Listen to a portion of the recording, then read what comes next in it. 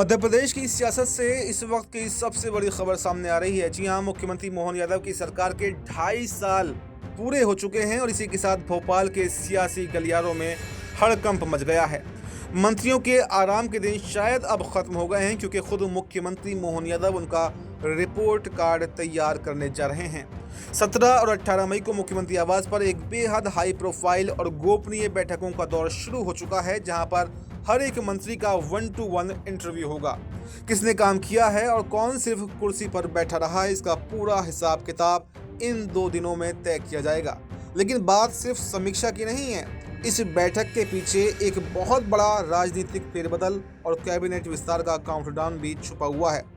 आज की इस रिपोर्ट में मैं आपको बताऊंगा कि मुख्यमंत्री के इस बड़े कदम की इनसाइड स्टोरी क्या है और उन 12 मुद्दों के बारे में जिन पर मंत्रियों की क्लास अब लगने जा रही है। तो चलिए वीडियो को शुरू करते हैं। मुख्यमंत्री आवास पर होने वाली ये 2 दिवसीय बैठक कोई सामान्य प्रशासनिक बैठक नहीं है, बल्कि 17 और 18 मई को होने वाली इन आमने सामने की बैठकों का मुख्य उद्देश्य बहुत बड़ा माना जा रहा है।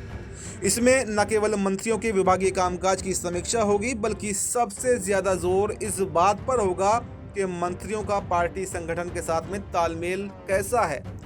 बीजेपी में संगठन को सरकार से ऊपर माना जाता है, इसलिए इस बार मंत्रियों को तौलने के लिए खुद बीजेपी के सबसे कद्दावर संगठनात्मक पदाधिकारी भोपाल भी पहुंच चुके हैं।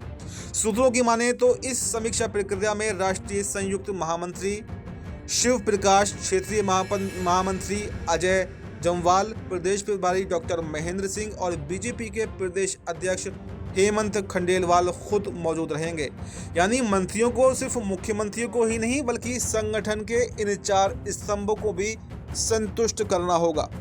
सूत्रों से मिली जानकारी के अनुसार इस 1-to-1 चर्चा के दौरान मंत्रियों के सामने 1-2 नहीं, बल्कि पूरे 12 प्रमुख मुद्दों की लिस्ट रखी जाएगी, जिस पर उनसे सीधे सवाल किए जाएंगे और लिखित रिपोर्ट भी मांगी जाएगी। इसमें सबसे पहला मुद्दा है सरकारी योजनाओं की प्रगति और जमीनी स्तर पर उनका क्या लागू हुआ है, क्या नहीं हुआ है, इस बारे में जानकारी देना। मंत्रियों से पूछा जाएगा कि उनके विभाग की योजनाएं आम जनता तक कितनी पहुंच रही हैं। इसके अलावा मंत्रियों का अपने गृह जिले और संगठन द्वारा आवंटित जिलों में पार्टी कार्यकर्ताओं के साथ में कैसा जुड़ाव रहा, इस पर भी तीखे सवाल होंगे।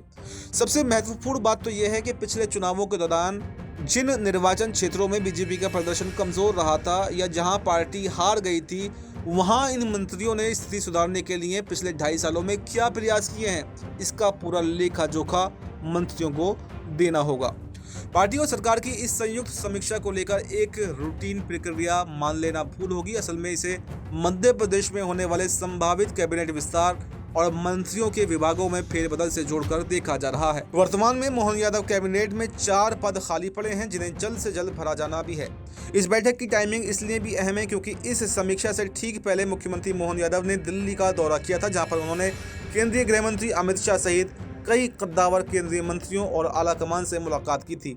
दिल्ली से हरी झंडी मिलने के बाद ही भोपाल में ये महामंथन शुरू हो रहा है। माना जा रहा है कि इन 2 दिनों की 1-to-1 चर्चा के बाद हर मंत्री की एक फाइनल परफॉर्मेंस रिपोर्ट तैयार होगी, जिसके आधार पर खराब प्रदर्शन करने वाले मंत्रियों की छुट्टी हो सकती है और कुछ नए ऊर्जावान चेहरों को कैबिनेट में शामिल होने का मौका मिल सकता है। 2.5 साल का यह कार्यकाल किसी भी सरकार के लिए आत्ममंथन का समय होता है। मुख्यमंत्री मोहन यादव ने संगठन के साथ में मिलकर जो ये चक्रव्यूह तैयार किया है, उसने मंत्रियों की धड़कनें जरूर बढ़ा दी हैं। ये साफ संदेश है कि मोहन सरकार में सिर्फ पद पर बने रहने से काम नहीं चलेगा, जमीन पर परफॉर्मेंस करना भी जरूरी है। अब ये देखना दिलचस्प होगा कि इस 1-to-1 समीक्षा में कौन से मंत्री पास होते हैं और किन पर गाज गिरती है और खाली पड़े 4 पदों पर किन नए चेहरों की किस्मत चमकती है। इस पूरी राजनीतिक हलचल पर आपकी क्या राय है? आपकी जो भी राय हो कमेंट बॉक्स में अपनी राय जरूर दें। फिलहाल हमें दीजिए इजाजत। नमस्कार।